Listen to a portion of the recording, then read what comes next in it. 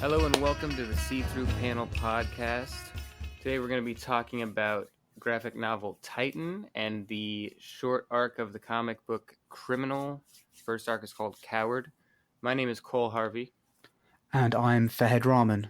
All right, if we just want to start with Titan, I guess. Oh, by the way, before we start, we're probably going to spoil the story for both of these. If you don't want to be spoiled, don't listen, all that type of stuff. Anyway. Yeah.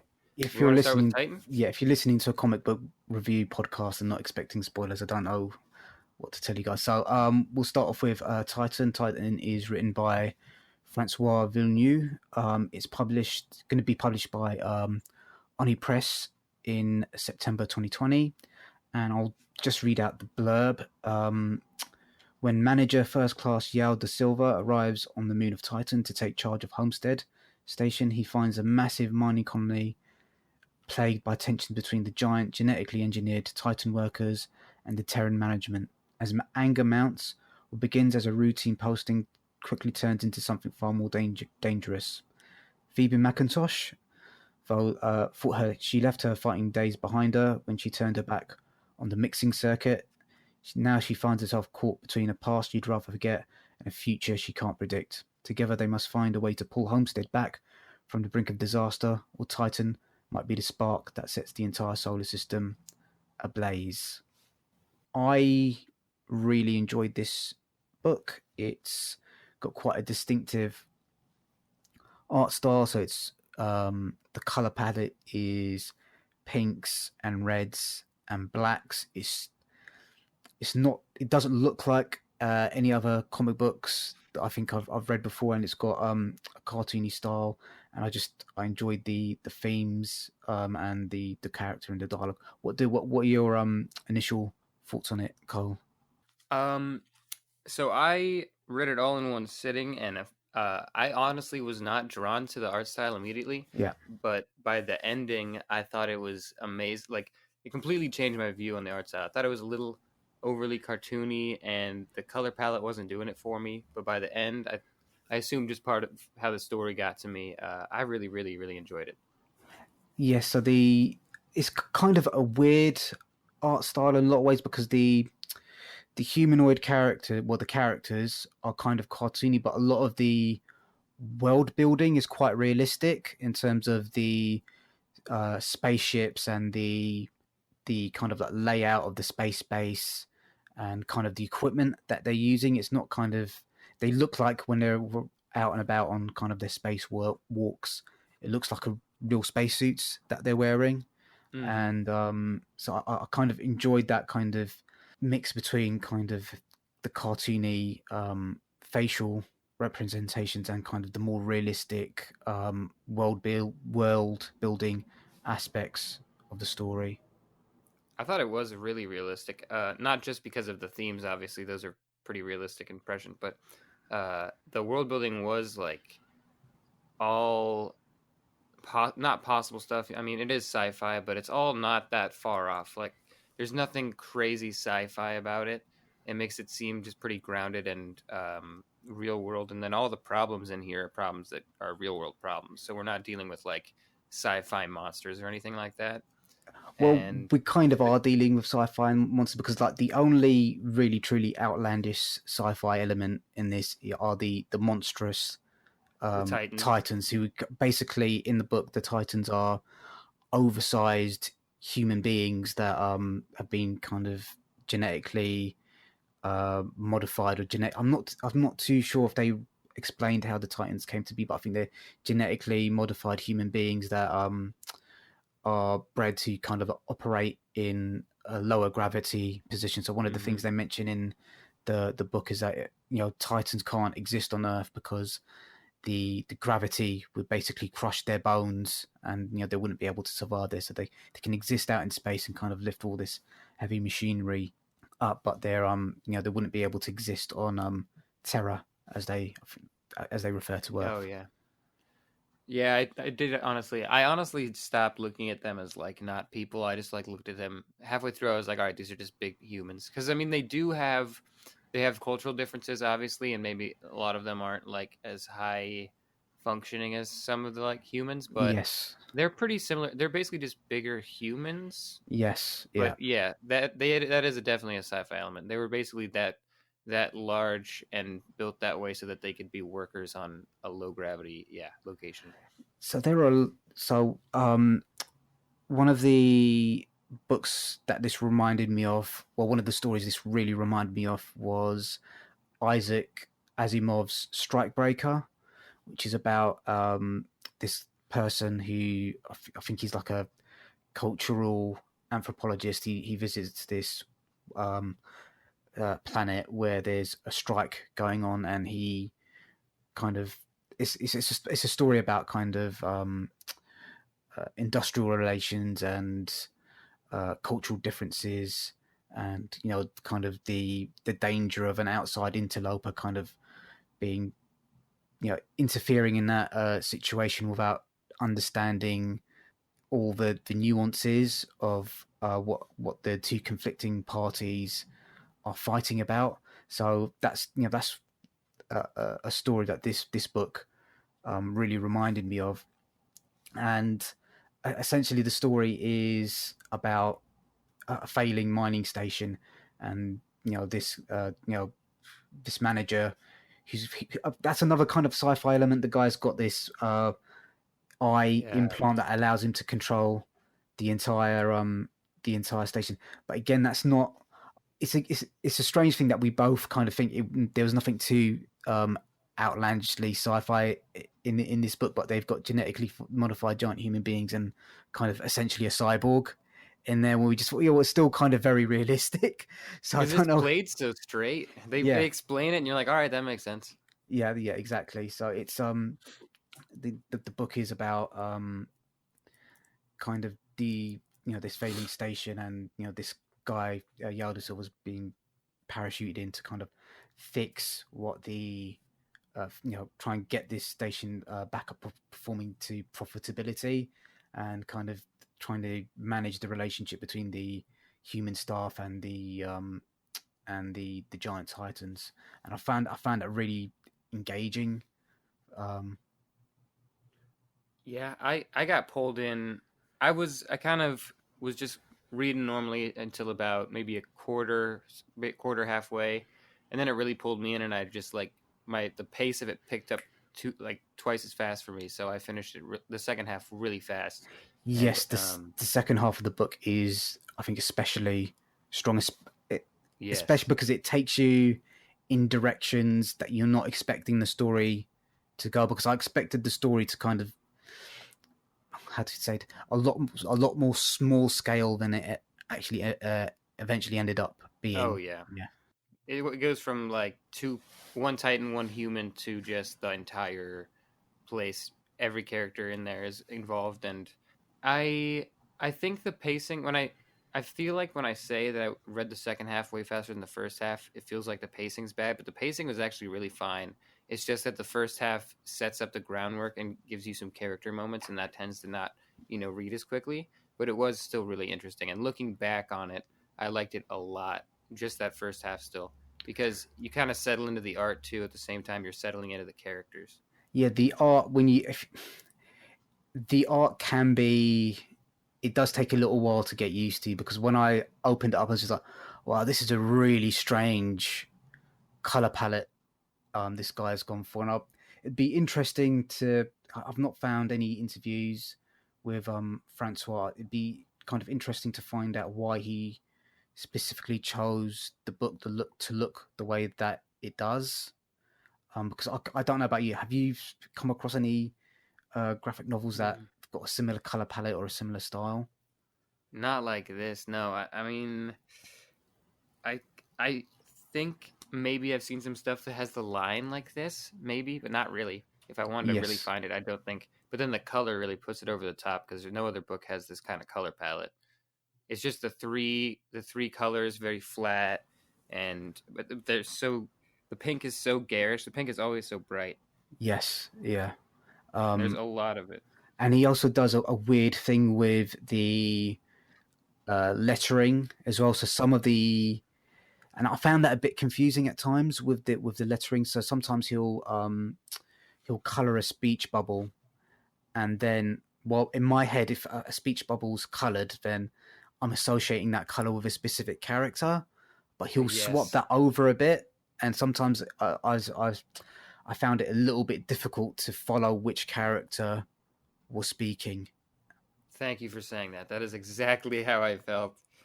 But if you could put aside that, which it took me like halfway or three quarters of the books to finally stop doing that to myself, and you just like a speech bubble is a speech bubble, it gets pretty easy. But that's definitely something that's been like we've been trained to do as graphic novel people. Yeah, it was a very strange choice. It was a very, I don't know why. Maybe it was something to do with making certain dialogue kind of like pop out, but I don't know if it was especially necessary. I don't know why he chose to do that, but it was a strange choice. It was. I think it might just be just so it could stand out against whatever background he has drawn, and Mm. but the backgrounds are constantly shifting. So, no, maybe not, because I'm looking at it here, and it's white text on a black background, but then he'll use white text over a pink background too. So I don't really know. Yeah, it'd be interesting. So I think Francois Vigneault is obviously, I think that's a French name, so maybe Yeah. this is a translation. So maybe in the French text, there might be some significance that we're not seeing, um, in terms of why he chose chose that story. So the story. So I've written a blog post about this. I'm trying to blog about comic books a little bit more, and I'll just read a little bit from my kind of written review. So I think the world building in science fiction is really important. And I think Villeneuve's world building is as impressive as um, anything, you know, kind of. I honestly, I'd put it up there with kind of um, Blade Runner, really, in terms of Oh yeah. the the believability, the stylistic choices, and the art is impressive, and the character designs are believable. You kind of there's a really the Titans are kind of grubby, and they're kind of industrial blue collar mining types, and then the Terrans are kind of these stuffed shirt white collar guys that um, don't really understand the blue Yeah. collar world of the Titans. So I've really that really drew me in to the story as well. There's like conflicts going on everywhere. So Yao's got a conflict with the other managers because I think he thinks they're a little bit too hardcore, and then the other managers think Yao doesn't really understand the situation, and then all the Titans, with the exception of Phoebe, distrust Yao because they think he's probably going to be coming in to shut down the station as well. So it's just the way that's all kind of set up through the language of the art. I found really impressive. I would definitely agree that they really make it clear. That's why the lettering thing was so big for me, is because the story is so clear, storytelling wise. You can tell everything that he's trying to do, and it makes you piece it together along with the words. So that's why that lettering thing was like. Normally, I wouldn't care about something like that, but when it's like only the one issue you have with storytelling, it's noticeable. But yeah, the story was as I said before, it was very very good. It picks up about halfway through and just carries all the way to the end. I thought the ending was fantastic too. Yes, the ending. So the people that wrote the Game of Thrones TV show could learn something or two about Oh how my to god, end yes. an epic how to end an epic story from this comic book, because every you know every conflict's kind of resolved. The story goes in slightly unexpected directions, and you know where the characters end up, is it's not something that has been it's not plot driven, if that makes sense. It's kind of like, oh well, given what the circumstances those characters have gone to, that's of course that's where they would end up. you know? Yeah, exactly. I thought, without getting too into it, I thought the ending was a perfect wrapping up point with the characters, which I kind of am sad that this is a standalone graphic novel because I really like both these characters and I want to see more of them. But that ending was, it leaves them on a good note, so I thought that was very nice. Plus, I think he was honestly getting better with the art as it goes through. Now that I'm flipping through it, it makes more and more sense to me as I go towards the second half. All the art just kind of flows naturally. Yes, there's such large themes in this in the book. It covers big things like the nature of capitalism, the tyrannical power that unions can have over their workforce and members. Talks about, Yep. and there's a really sweet love story in here as well between Phoebe and Yao, and and it's kind of believably done as well. The one thing that I have to say that I did find, just for me personally, if I'm reading a comic book with nudity on it, I'd like to be warned beforehand, because if you're reading, like, if I was reading this on like public transport and like one of the sex scenes just turned over the page and someone's looking over my shoulder, I'm just, they're gonna think I'm some sort of like Oh yeah, pervert it is. anime otaku guy. So yeah, so there, just fair warning, guys. There is kind of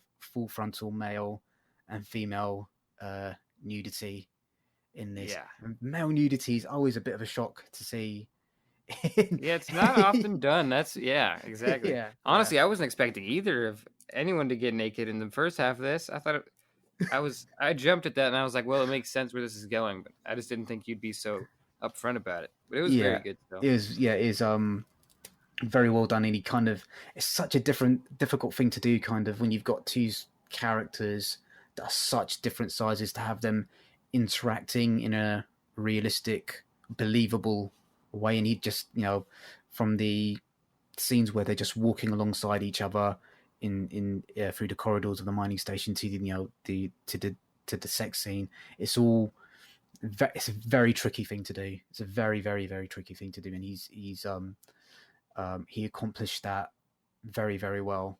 He plays the perspective really well, yeah, when they're together, and they're on a lot of pages together. Same for the I can't remember, Cyrus, the leader of the union, I believe. Yes. Whenever he and Zhao are on the same page, he looks like he could just kill him in like one punch. It's Yeah. very, very menacing, which makes it way more menacing because you know that all these Titans are pissed off essentially at him. So Yes. there's a lot of tension in the scenes when they're together, which I Yeah. like. That was kind of the.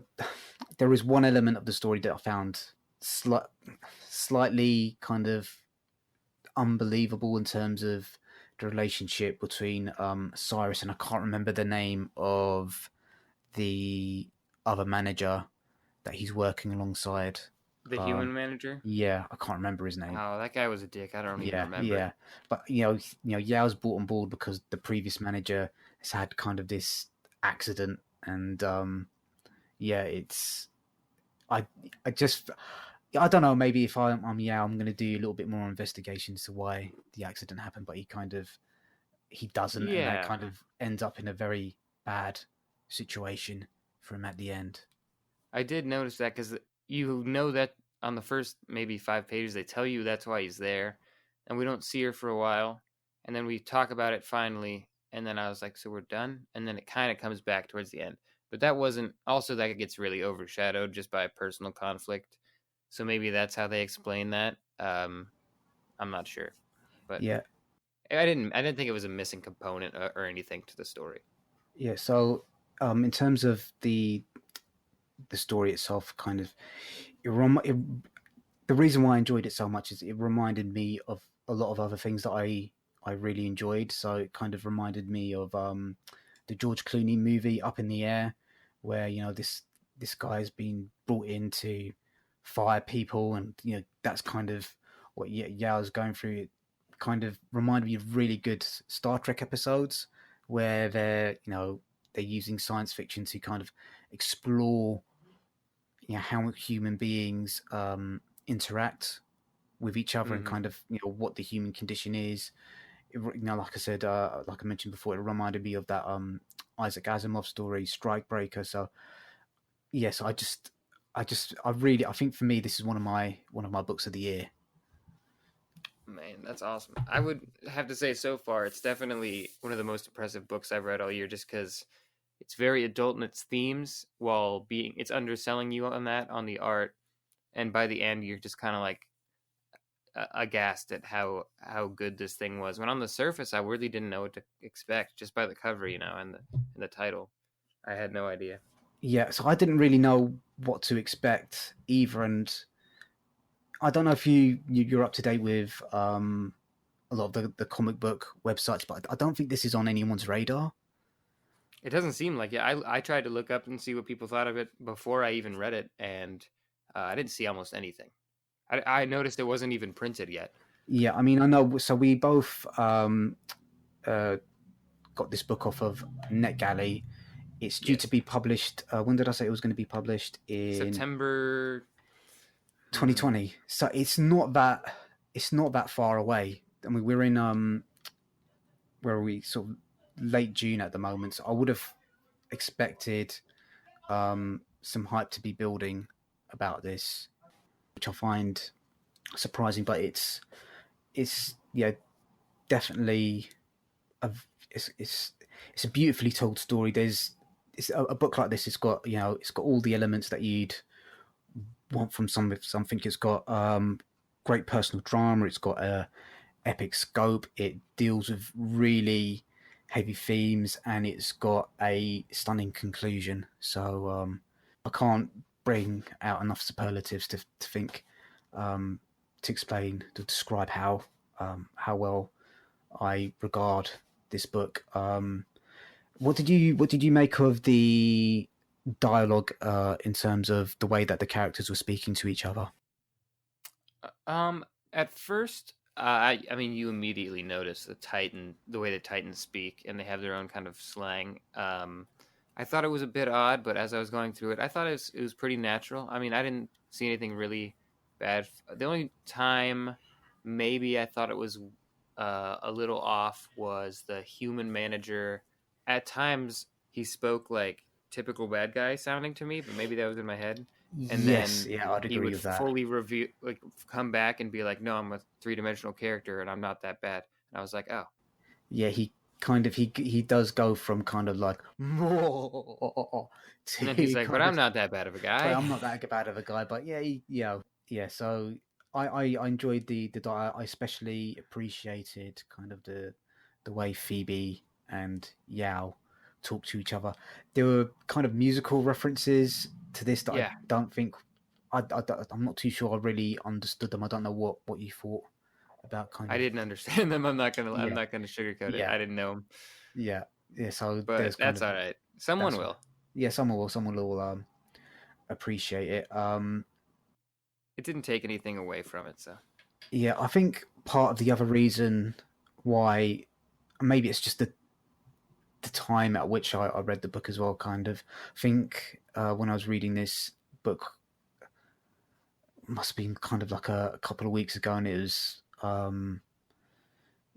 there's quite a lot wrong with the world at the moment, and I just this story kind of it shows what happens when society breaks down and how there's going to be different interests kind of pulling yeah, what remains behind in kind of different directions, and it might be a really negative direction or it might be a really positive direction. So maybe that's another reason, just the time that I read it,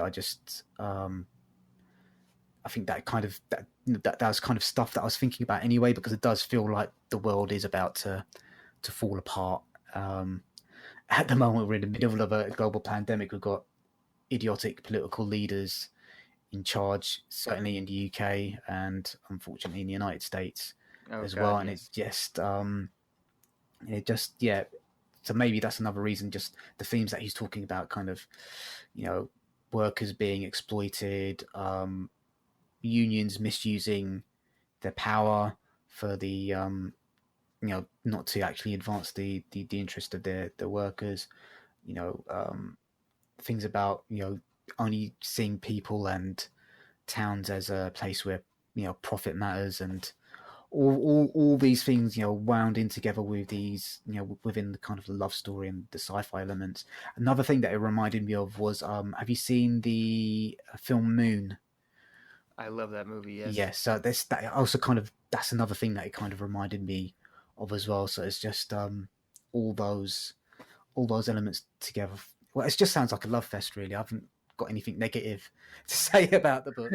Yeah, I mean, I think it's pretty fair, though. We said there was some very minor issues, but they're overshadowed by a very well done story with very complimentary art. I feel like I'm just saying the same stuff over and over again, but yeah, I really, really enjoyed it. I highly doubt I'll read anything, at least this year, that is going to be even comparable to this, because it's so adult in its themes while still being obviously a science fiction story. Where everything yes, else I read is so fiction or so nonfiction. This kind of feels like it falls in between because yes, it's not real, but it makes you think. And yeah, we were reading it during like riots and stuff, so when you're reading it, it doesn't feel all that much like fiction, which I yes, like. yeah. I think we both really enjoyed it. So I think we've been talking about it for about 30 minutes. So that was Titan by Francois Vigneault, it's published by On His Press. It's going to be out in September 2020. I think we both kind of give it a thumbs up. Yeah. Oh yes, yeah, two Okay. thumbs up from me. Yeah. Any final thoughts on it, Cole? No, I'm gonna read anything else he makes, and hopefully his previous work. I think that's another sign that is a good book. Is that we're both. I'm going to be looking back through his back catalogue to see what else I can kind of get of his, because he's got a very interesting. It's a very distinctive art style. So I want to see if he uses similar color palettes in his other work. So do you want to talk about Criminal a little bit? Yes. Yeah. Do you want to go ahead and introduce that? Yes. So Criminal, I guess, originally published by Icon, but now it's owned by Image, is a series by Ed Brubaker and Sean Phillips. It's essentially crime. How I'd say it's a crime epic Yes. because there's many arcs by now. There's probably 7 or 8 arcs. They're still making them, and they started in the early 2000s, or maybe the mid 2000s. And so it's a crime story, and there's, depending on what arc we're in, there's characters we've seen in previous arcs. Some are followed through, and their stories continue in the later arcs, but they can easily be read in any arc. Any arc is a self-contained story, I think, and I've read all of them. So I think that's what makes it so beautiful, is because you could pick it up just like a crime novel, or like if you're just gonna sit down and watch a noir film, like this is what reading an arc of Criminal is like. It's gritty, it's dirty. The art by Sean Phillips is so, it doesn't look flashy at first to me, but as I was going, like one of the best crime artists I've seen. I've been reading a lot of crime books lately. He's so concise and clear with his storytelling, so that any, like, the facial expressions on these people are very lifelike. They never look unnatural, so that really helps with the like tone of the book.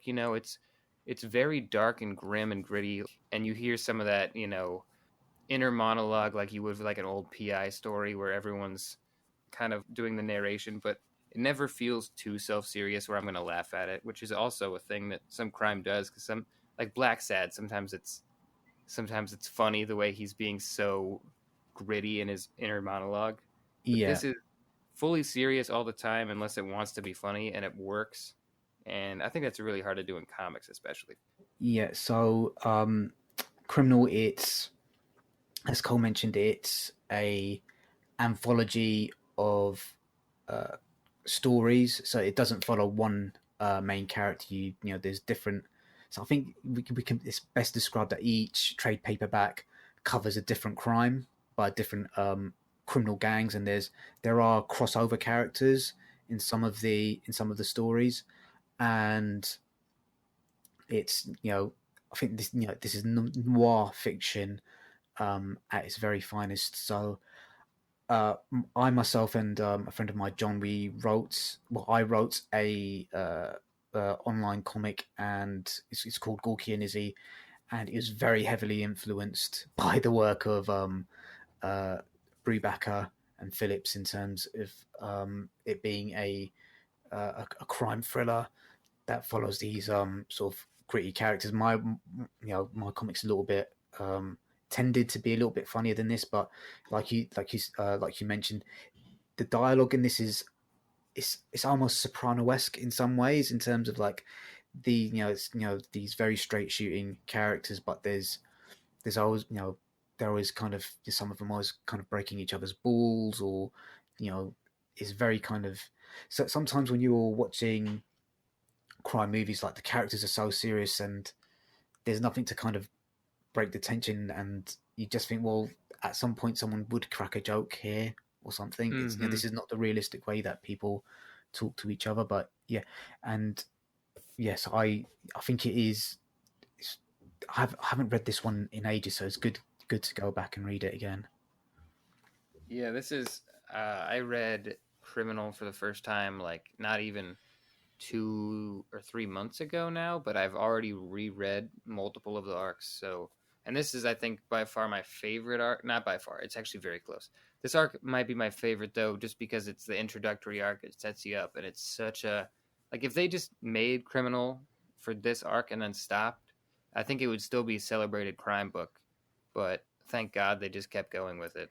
Yes. I guess I should say we read the first arc, Coward. Yeah, did I say that? Coward. Yeah, Coward is the name of the arc, and just as in Titan, where the palette does a really strong job of creating the world, it's the same thing with Criminal. Like the color choices of the artists does a lot of the heavy lifting in terms of building the atmosphere, because it's a lot of dark blues and greys and browns. There's not a lot of bright color in the world, and so it just kind of slowly ratchets up the tension.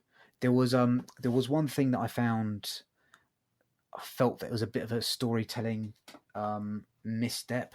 I think it was in the first couple of pages where he's carrying out the first heist, and he's kind of, I think a lot of his men are shot down.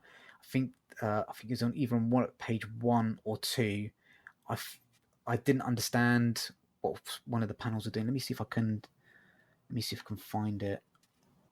What was happening? Where is it got? Anyway, so is apart from that, the first couple of pages where it took me a couple of goes to understand what had happened in the action sequence, it's kind of flawless in terms of leading you through the story, and kind of all the actions are quite clear, and the motivations, and he does a really great job with the inking and the shadowing over the people's faces.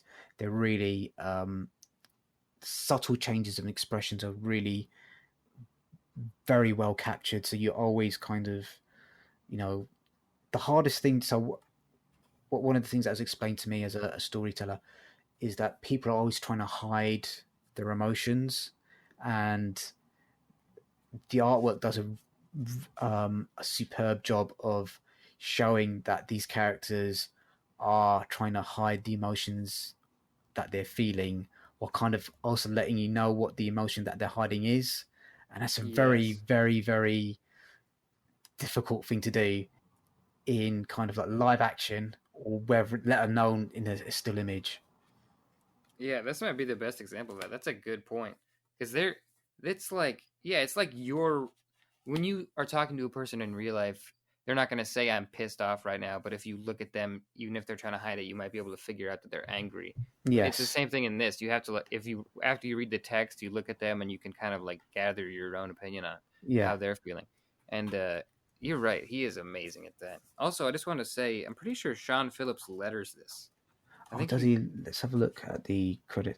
That's one thing I've got to do a much better job at, is I only look at who writes it. I don't really look at who because that's kind of where my interest is like who's done the words on this. But yes, I need to do a better job of keeping abreast of who's actually do it. There's a really interesting thread on Twitter about kind of who should get the most financial reward for creating comics, and artists were basically saying that it should be two well 2/3 or 3/4 should go to the people that are doing the art, because that's where most of the work is done. And as a writer, I think that's what it's kind of a fair comment actually. So I should play a little bit. So I'm actually looking at the first 2 pages, and it's this the bottom two panels on page 1. It's not clear when he kind of like kicks the door in where that's happening with Yeah, the entire I couldn't thing. tell So if he's just taking a step or something. Like yes, the angle it's coming in at. Yeah. yeah. So, but yeah, apart from that, I can't think of any other missteps within the story. Which is crazy because this was I mean, it's not his first comic obviously, but it's still pretty early in Sean Phillips' career. I'm pretty sure he's been doing a lot of work after this, and he's Yeah, only gotten better, which is the crazy part. yeah, and all the characters are quite distinct. One of the things he does actually very well, and it's not something that a lot of artists do, is he draws people of color really, really well. Yeah. Because sometimes when you see other comic books and you see people of color of them, they kind of either the features are over exaggerated, or they just kind of like look like a Caucasian person, But colored differently. yeah, colored differently. But And here, colored poorly sometimes too. yeah, Like the shade is just, it looks like a drawing. Yeah. yeah. So he does and it's so key in a story like this where it's not supernatural or superhero, where capturing the expressions on the faces is so important. And yeah, like, I'm just looking at the main character. He looks like such a slime bowl with that kind of Oh like yeah. chinny goatee, and just Like I can disgusting tell greasy his hair is hair. probably greasy. Exactly. That's what I was gonna say. His greasy hair, yeah. I think my favorite character is Gnarly, who's the Undertow bartender. Yes, yeah, He's the best. He even has his own arc later, which is awesome.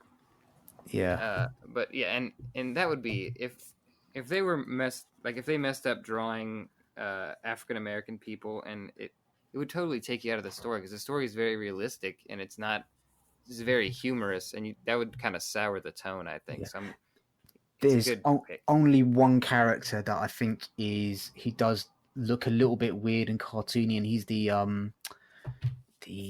epileptic guy, yeah. And he just kind of like he looks like sort of like Charlie. What's going on? Is he Charlie Brown? What's going on here with the way that he looks? But yeah, He's got like 3 or 4 hairs sticking up. yeah. That was a little funny. I did notice that. Even everything he said kind of stuck out. I feel like he was there just to, as Ed Brubaker, wanted to write someone super goofy, but I don't know. I did like it. I did like it a lot. Yeah, I'm just looking through the panels at the moment. It's really claustrophobically laid out in terms of like there's lots of close-ups on people's faces, kind of really small panels as well, moving the action along quite quickly. There's not a lot of kind of double page spread, and there's a lot of dialogue in here as well, which is quite a brave thing to do, because it does cover a significant amount of the page, which is a brave decision to make. Kind of making sure that the artwork has got enough space to kind of show, to breathe as well. But the dialogue is just spot on. Like Brubaker is such a fantastic writer. He is probably one of the best dialogue writers in comics that I've read, because it's snappy and it reads fast. And the page is usually covered in word balloons, but it reads quick. Like it reads quicker than most other books I read. But that's also because it's so gripping and it's so engaging that you just want to keep flipping the pages. I read When I first read this, I started it at like 10 p.m., which was a mistake, and I read 4 criminal arcs before I went to bed. Oh It was dear, yeah, many hours later. It's just such a engaging thing, and they kind of flow in a way that they are standalone arcs, but the one arc will hook you into the next arc because some characters carry over, and you want to see that type of thing. yeah. So in our lockdown reading recommendations um, episode that we recorded, I mentioned Astro City, and it might be a slightly odd comparison to make, but kind of they're both anthology. There are crossover characters in both, but it's not like if you miss one trade paperback that you're going to be missing out on kind of a sweeping arc. I think if you do read Yeah, the entire, I think I've only not read a couple of the trade paperbacks, and the nice thing about going back to read something that you've read before, but it was a long time ago, is that the story can surprise you again. Because I thought I kind of remembered what what this character did, and then like he mentions that his dad was a criminal as well. And I think that's one of the trade paperbacks as well, isn't it? it is. Yeah. Yes, it's Um, really nice. It's kind of like the world as a character. Just like that Astro City comparison got me thinking because in both those books, the city is kind of the one of the characters, and you get invested in that, and the people walking around it are just kind of they could like pop out at any corner. Like in any of these arcs, if he just like showed another character from a previous arc, I would be like, oh yeah, that makes sense because we're only like 2 blocks away. yeah, And I really like that aspect where you're just kind of living in the world and the characters to kind of do whatever. yeah. There was there are a couple of odd elements. Kind of there's the newspaper strip with Fran. Was it Franz Kafka. Yeah, and I thought, did you understand what he was kind of getting at there? I I did. you know I tried so hard. I just I actually because I've not read any Kafka, so I was just thinking maybe that's like a literary illusion that we're both missing out on. I don't understand. It's the guy who makes those strips in the comic is a character in another arc, but Okay, I don't think he was just putting it there to set it up. I feel like there's some type of symbolism I miss. I don't know. Maybe yeah, I'm not. because the well, so in the in the comic book, there's a he's often reading a newspaper and he's reading this comic strip, and it's got this private eye called Frank Kafka, and it looks very much like a Dick Tracy type thing going on. Yeah, So then maybe, I don't know, because I didn't really like what the comic strips were about. Weren't it's like Dick Tracy, but it's only non sequiturs and kind of like psychedelic. What's going yeah, on? yeah, is quite a strange choice, but Yeah, it was odd. I yeah, thought it was funny. After I read it, I was like, that made no. It took me a long time to just be like, all right, I give up. It's just going to be yeah, kind of funny. and But it's so jarring when you see kind of some of the violence that takes place yeah, in the story. Kind of there's some really kind of shocking scenes. I'm just looking at the panel where is it his grandfather or his uncle overdoses? it's his. Yeah, it's his. His basically his dad, but it's not his. He just raised him basically. Yeah, where his dad, his father figure overdoses, and then there's another scene where um, a woman's kind of like lying on the floor with her, just bleeding all over the floor and kind Yeah. of abs. I do kind of like comic books where they've got a good psychopathic character, and there's a great one in here. What's his name? The big cowboy. Oh God, what is his name? He's a freak. Yeah, he's a freak, and he's just he's kind of the right hand man of this large African American Gang crim leader? gang leader, I think, gangster, and it just kind of a very kind of weird. Like you wouldn't expect someone who looks like that to be working under kind of like an African American gangster, but Is money he? Yeah, makes he strange wears a cowboy bedfellows. hat and stuff. Yeah, Honestly, I saw him and I just assumed he was racist because he's a piece of crap. Yeah, yeah. He who does he remind me of? There's a character from Preacher that he reminds me of, kind of one of Jesse's um cousins. He kind of looks like one of those really vicious countryside yokels. You know, he Yeah. just looks like he'll do you harm. His name is Yeah. Delron. That's the other thing. I wasn't expecting him to be white because they talk about this character Yes. early on, and I thought, well, Delron is kind of. I was expecting an African American person. I In a wasn't room expect. full of black Yeah, people. yeah, yes, They're talking about Delron. And I was like, all right, it's just going to be like another gang member. And then it's yeah, just big white, really gross guy, white guy in a like cowboy hat. yeah. Ugh. And he's so So gross. yeah, They yeah, do a really good and quick job of making you hate him. yeah. Just were very, it's, yeah, very well done. And then so what was the? Should we kind of explain what the plot is? So um, the main character's been approached by one of his former colleagues to carry out one last heist, Mm. and he gets what convinces him to do it in the Uh, end. the woman Greta is the widow of a guy he Oh worked a job yes, with previous yeah, who died, and he feels terrible, and kind of guilt him she makes into guilts him into it, and then they become romantically involved. It's a whole yeah, thing. yeah. So it's and then from there he gets involved in this heist, and there's double crosses and triple crosses, and he so he's called the coward because he's you know whenever he's carrying out a heist, he's always the one that gets away. He's never afraid not to look like to abandon his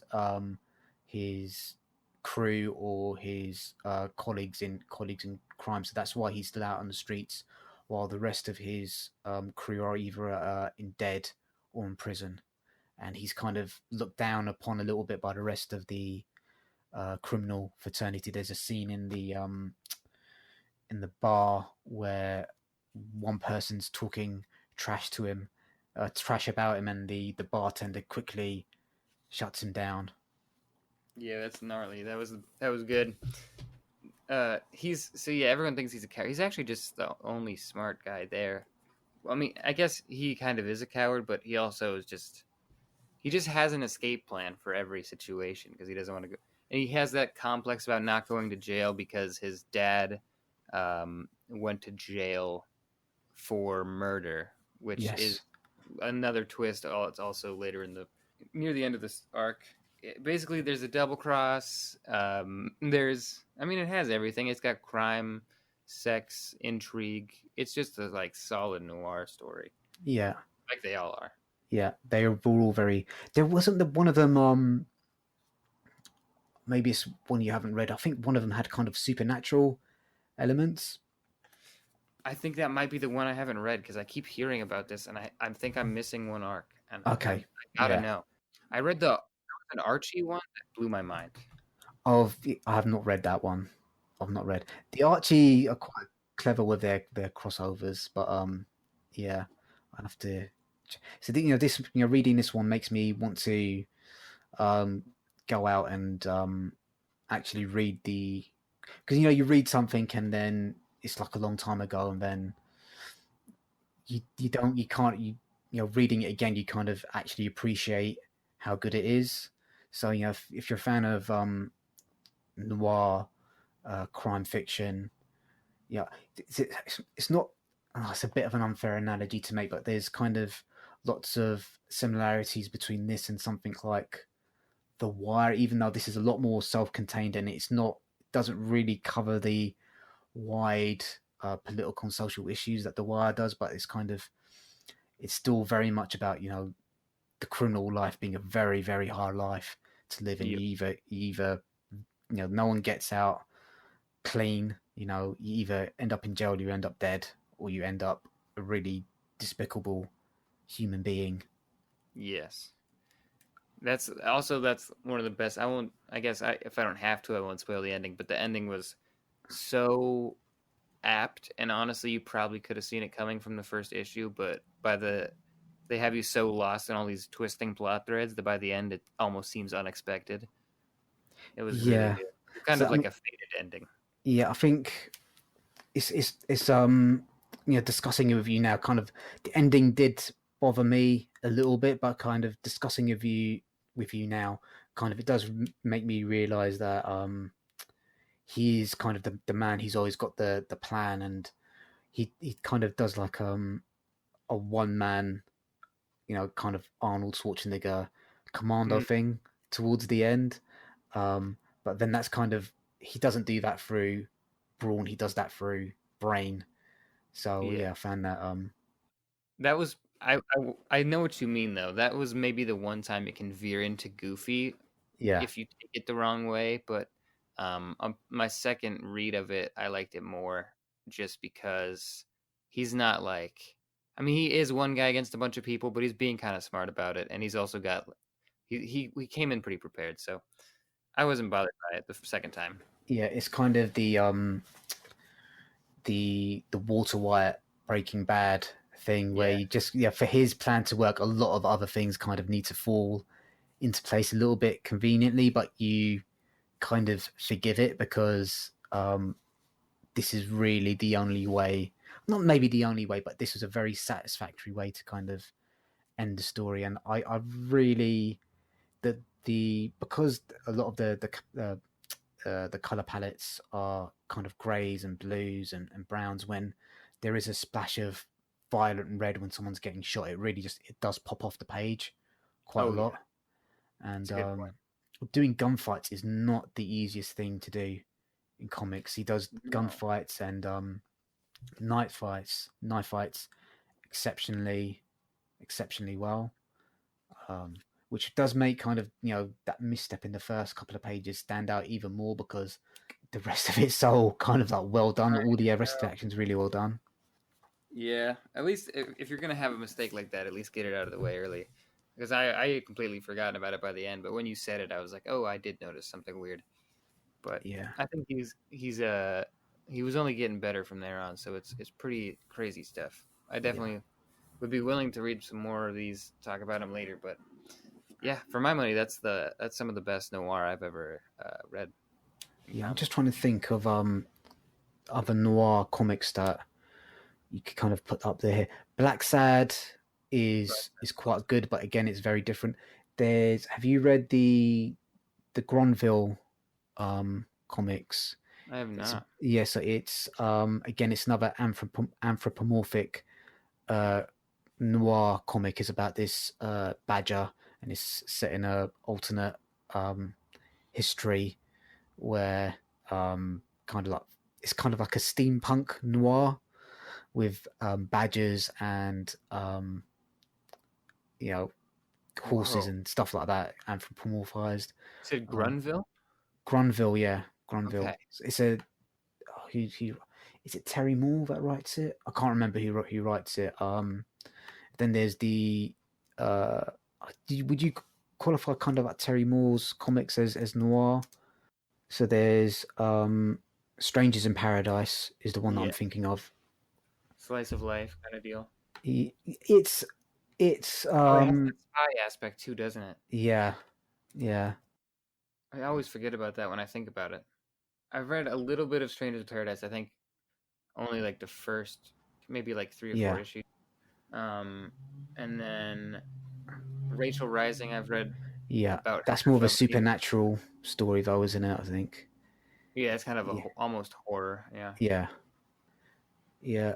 The only other kind of noirish story um that kind of stands up to this is, well, there's Sin City, obviously. That's, but then again, that's a very kind of different type of noir, I think, in that's one terms that of, can make you laugh at times with its yeah, over grittiness, but it's yeah, also amazing.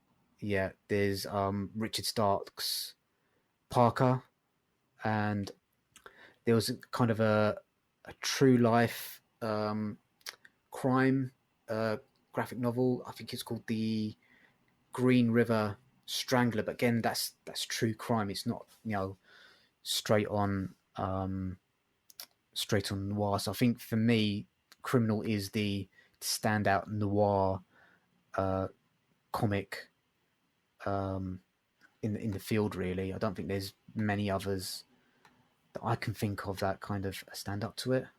Yes. There's also one that everyone always says that I could never get into, but I can't recall.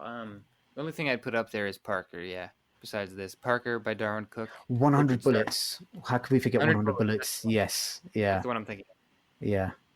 I just Yeah. couldn't get into that one nearly as much as I could Criminal. It's definitely good comics. Yeah, but again, it's more of it's anthology, but it's also an ongoing story as well. Yeah. In terms of, I think I read the 5th trade paperback and of 100 Bullets, and I didn't really understand what was going on with it. I just think Criminal kind of has the perfect content of the story where it does noir really well, and also the best package where it's these arcs that intertwine and stuff. I think that makes it puts it over the top. Yeah. I'm just thinking now. So I just remembered. Have you read Road to Perdition? I have not. So that's a very well done noir. The biggest problem that I have with that is that it's an absolutely tiny book. So yeah, not in terms of like the story is small. In terms of the actual size of the book is small. So it's kind of like, man. yeah. So I don't. Yeah, I know. Understand. Comic books are really expensive to make. I understand that, but yeah, guys, you need to do your best to kind of print out comic books where you can kind of enjoy the art. It's just there's certain bits where I was kind of like squinting to kind of see what's happening in the story, so that wasn't great. But Road to Perdition's another great one. But I think we're both kind of in agreement. Kind of Criminal's the standout. The pinnacle, really. Yeah. For me right now, I hope something can beat it eventually. Yeah. Nelson is still making them, so I have on pre-order the next 2 Criminal books. I'm excited. When are they coming out? I believe it's going to be August for one of them. The other isn't announced yet. So their Cruel Summer is like a big, I think 12 issue long arc they did that they just decided to package as a standalone graphic novel. Mm-hmm. And then they have a 3rd deluxe edition coming out, which is 3 novellas that they put out and then 1 arc of Criminal. And they're all in the Criminal kind of world. So yeah, there's a ton of Criminal. If one of my friends was asking me, I enjoy noir, this is definitely probably the one I'd recommend to them to start. If you was going to recommend a Criminal arc for a friend to kind of start off with, do you think it matters which order you read them in, or would you start them off with Coward or a different one? What do you think about that? No, I probably just tell them to pick up whatever, because I think you get the same value. Because if you see Leo in the 2nd arc, but I think it'd be equally as fun to read that 2nd arc and then see Leo in the 1st arc. So, like, all these intertangled characters are still fun. It just depends on, because they all have kind of different subgenres. So yes, you kind of just pick your one, and they all have a different, maybe a time period too. If people like the period pieces, so yeah, that's also true. Kind of, not all of them are straight out heist stories. Mm. They're kind. There's, if I remember correctly, there's kind of mafia stories in there where it's a lot more about the political machinations of the different families. There's straight out revenge stories as well. There's stories about police corruption, and so it does kind of cover the entire gamut of what you could expect from a crime noir. Exactly, and I think as long as you could get someone to read the first, just 1 volume, they'll probably read the rest because they're fantastic. It's a gateway drug, Criminal. It's a gateway drug into noir. But yeah, I'd agree with that. I think we've chosen 2 really good books. Honestly, I would say that these 2 books, having only read them this year, feels like a disappointment because they're so high quality, especially when I've been running out of good modern comics. and these are both two really one is way more modern. Titan is far more modern, but they're both fantastic modern comics. So it kind of gives me some hope. Yes, yeah, I'd definitely agree with that. And it's fantastic that Brubaker's still writing. Still, I mean, because he's big time writer now. He's doing TV shows. He's writing for Marvel. He wrote for Westworld. Yeah, he wrote. Yeah, he's writing big TV shows.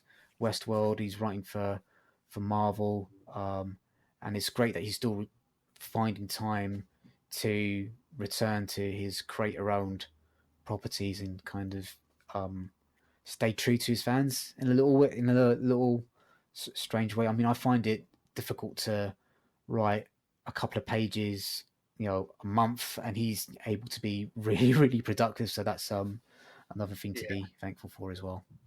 He is prolific. Yeah, he puts out a ton of work, especially for a guy who's not just a comic writer. He's a successful TV writer too. So yeah. Any final thoughts on it, Cole? I think this was mostly just gushing today. Yeah, mostly just gushing. We need to eventually find a comic that we either disagree on or that's not good. Yeah. Yeah, I have to hate something you love or vice versa. Yeah. Yeah. That would be nice. Maybe get some shouting in here. Yeah. All right, man. Well, it's been good talking to you. You too, man. Thank you guys for listening. Stay safe and all that. Yeah, stay safe. Guys, lockdown's ending, but, wear a mask, please, if you're asked to. Just wear a mask. Yeah, just wear a mask. Our lockdown's been over for a while, but keep wearing masks. Yeah. Okay, cool. Yeah, wash your hands. Thanks, guys. Thanks.